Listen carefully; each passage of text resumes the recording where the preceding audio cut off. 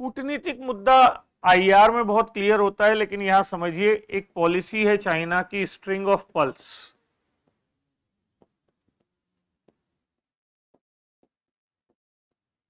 कौन सी policy? String of pearls. One liner यह है इसका कि ये हिंद महासागर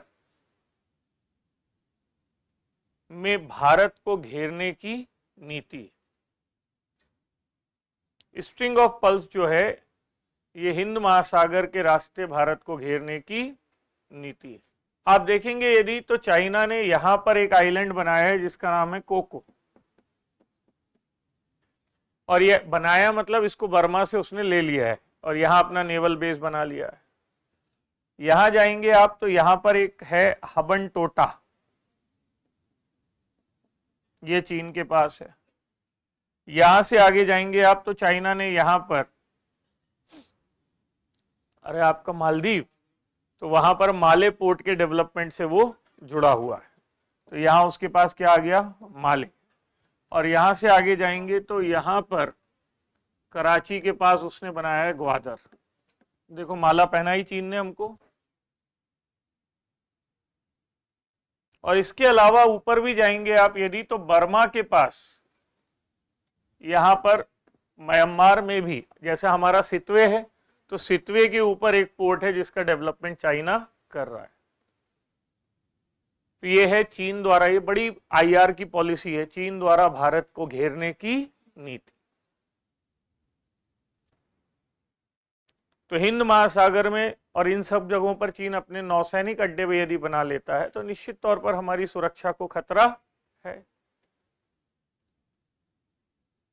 और इसलिए इसको कहा जाता है कि एक बड़ी चिंता का विषय है जिसे चीन की स्ट्रिंग ऑफ पल्स की नीति कहा जाता है। इसको याद रखिएगा, स्ट्रिंग ऑफ पल्स, ये एक इंपॉर्टेंट एस्पेक्ट। ठीक है। दूसरी चुनौती जो कही जा सकती है वो है अन्य महाशक्तियों का हिंद महासागर में प्रवेश। अन्य महाशक्तियों का हिंद महासागर में प्रवेश। सिर्फ कुछ एग्जाम्पल दे देता हूं आपको। चीन का तो बता ही दिया है मैंने। अमेरिका डिएगो गार्सिया नाम का एक आइलैंड है, उस पर कब्जा किया हुआ है। डिएगो गार्सिया एक आइलैंड मिलेगा आपको, यहीं पर नीचे पे मिलेगा जहां हमने इसकी बात की थी माले, यहां कहीं मिलेगा डिएगो गार्सिया। इसके थोड़ा यहां फ्रांस का एक आइलैंड मिलेगा, ये डिएगो गार्सिया है। रीयूनियन कौन सा आइलैंड है? ब्रिटेन के कुछ आइलैंड है, रशिया के कुछ आइलैंड हैं। आज दोस्त हैं, कल रहें ना रहें, कोई भरोसा तो है नहीं। तो यदि महाशक्तियां यहां पर जैसे जैसे प्रवेश करती जाएंगी तो निश्चित तौर पर ये हमारे लिए सुरक्षा की चिंता बनती जाएगी। ठीक है। एक तीसरा मुद्दा है जिस पर चर्चा की जाती है, वो है कि समझ गए महाशक्तियों का प्रवेश, यानी दूसरी महाशक्तियां आएंगी तो भाई मेरे अंगने में तो हिंद महासागर हमारा महासागर, लेकिन हम ही नहीं है, बाकी सब है। तो ये चिंता की बात तो है ही।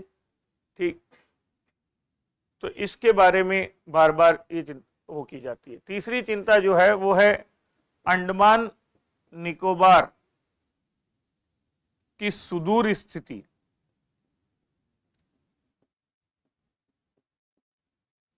Remote location, distant location. Andaman Nicobar हमारे पास है या थोड़ा दूर है?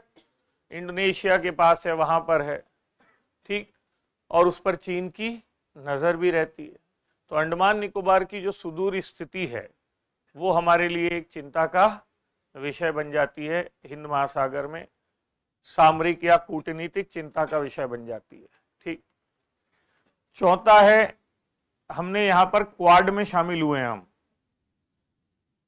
और क्वाड बेसिकली 4 देश हैं, ऑस्ट्रेलिया, जापान, अमेरिका और इंडिया। कौन से 4 देश हैं? Australia, Japan, India, America. इस गठजोड़ का विरोध चीन और रशिया द्वारा किया जा रहा है। वो कह रहे हैं ये एशियन नाटो है। क्या कहते हैं इसको?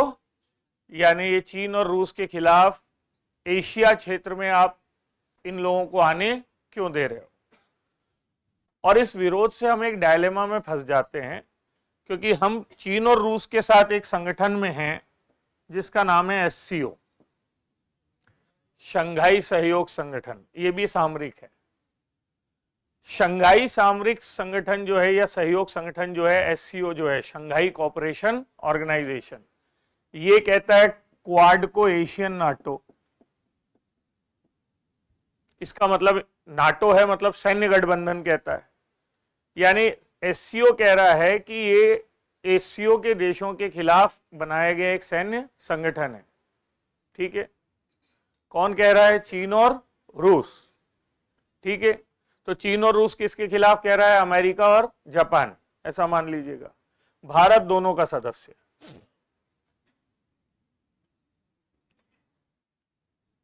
प्रॉब्लम समझ में आई इंडिया की? तो ये जो डायलेमा है क्वाड और एससीओ का, ये हमारी एक सामरिक चुनौती है हिंद महासागर में कि इधर जाएं या इधर जाएं, किधर जाएं। ठीक, एक पांचवी सामरिक चुनौती है यहां किए जाने वाले सैन्य अभ्यास। हम करें तो बात ठीक है, कोई भी आ जाता है। जैसे ऐसा है कि आपके मोहल्ले का क्रिकेट ग्राउंड है, पूरे शहर के बच्चे आके खेल रहे हैं, समझ रहे हो आप? है, आपको ही खेलने नहीं मिल रहा क्योंकि सुबह से वहां पर हाँ पूरे शहर के बच्चे आ जाते हैं आपके मोहल्ले के क्रिकेट ग्राउंड में मैच खेलने के लिए। यही है सैन्य अभ्यास, और क्या है? तो यदि हमारे ग्राउंड में दूसरे घर जगह के बच्चे आकर खेलेंगे तो हमारे कांच के शीशे टूटने का डर, तो बस वही बात है। कनेक्ट कर पाए उदाहरण से क्या कह रहा हूं मैं? तो हिंद महासागर क्षेत्र में महाशक्तियों के सैन्य अभ्यास, यहां था महाशक्तियों के केंद्र, और यहां क्या कहा मैंने? उनके सैन्य अभ्यास। तो यदि महाशक्तियां अपने ढेर सारे सैन्य अभ्यास करती हैं तो वो भी चिंता का विषय। फिर हिंद महासागर क्षेत्र में आतंकी नेटवर्क,